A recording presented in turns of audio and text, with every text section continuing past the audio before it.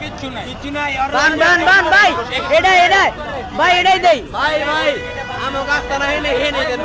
ভাই এটাই দেন আমরা ধরছি না হেনে দেন মারো না রফিক ভাই গায়ে হাত দিবা না কেউ মারবা না কেউ গায়ে হাত দিবা না আরে বান দাও আগে ভাই 60 কিলো নাও টানা 2 দিন ওই এনে থাকবো বান দাও